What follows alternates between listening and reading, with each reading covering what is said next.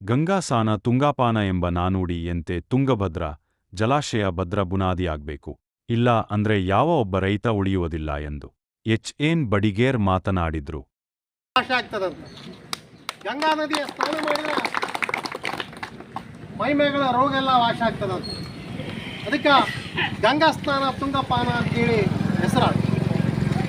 ಈ ತುಂಗಭದ್ರಾ ಆಂಧ್ರ, ತೆಲಂಗಾಣ, ಕರ್ನಾಟಕ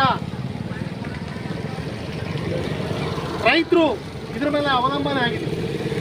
ಮತ್ತು ಇಲ್ಲಿ ಬೆಳೆದ ಅಕ್ಕಿ, ಇಲ್ಲಿ ಬೆಳೆದ ಭತ್ತ ಏನಿರ್ತಲ್ಲ ಅದು ಇಡೀ ಪ್ರಪಂಚಕ್ಕೆ ಸರಬರಾಜು ಆಗ್ತದೆ, ಪ್ರಪಂಚದ ತುಂಬ ಸರಬರಾಜು ಆಗ್ತದೆ.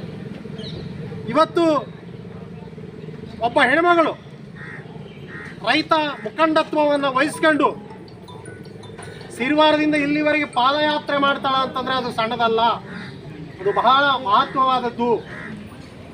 ಜನ ಬೇರೆ ಬೇರೆ ದೃಷ್ಟಿಯಿಂದ ನೋಡ್ಬೋದು. ನಾವು ಸಣ್ಣವರದೀವಿ, ಸ್ವಲ್ಪ ಅದೀವಿ, ಯಾರೋ ರೈತರು ಇಲ್ಲಪ್ಪ, ಅಲ್ಲಲ್ಲಿ 4 ಮಂದಿ ಬಂದಿದ್ರು, 5 ಮಂದಿ ಬಂದಿದ್ರು ಅಂತ. ಇಲ್ಲಿ 5 ಮಂದಿ ಜನಸಂಖ್ಯೆ ಮುಖ್ಯ ಅಲ್ಲ,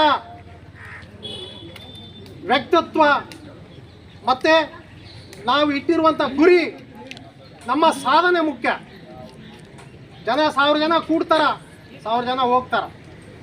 ಅದಕ್ಕೊಂದು ಗುರಿ ಇರಬೇಕಲ್ಲ. ಗುರಿ ಇದ್ದವರು ಒಬ್ಬರೇ ಇದ್ರೆ ಸಾಕು, ಎಷ್ಟು ಭಾಳ ಮಂದಿ ಬೇಕಾಗಿಲ್ಲ, ಸಾಧನೆ ಮಾಡೋದಕ್ಕೆ ಭಾಳ ಮಂದಿ ಬೇಕಾಗಿಲ್ಲ. ಅದಕ್ಕೆ ಹೀಗಾಗಿ ಅವರು ಅಲ್ಲಿಂದ ಇಲ್ಲಿಗೆ ಪಾದಯಾತ್ರೆ ಮಾಡ್ಕೊಂಡು ಬಂದದಕ್ಕೆ ಮೊದಲನೇದಾಗಿ ಅವರಿಗೆ ನಾನು ಧನ್ಯವಾದಗಳನ್ನು ಸಲ್ಲಿಸ್ತೀನಿ.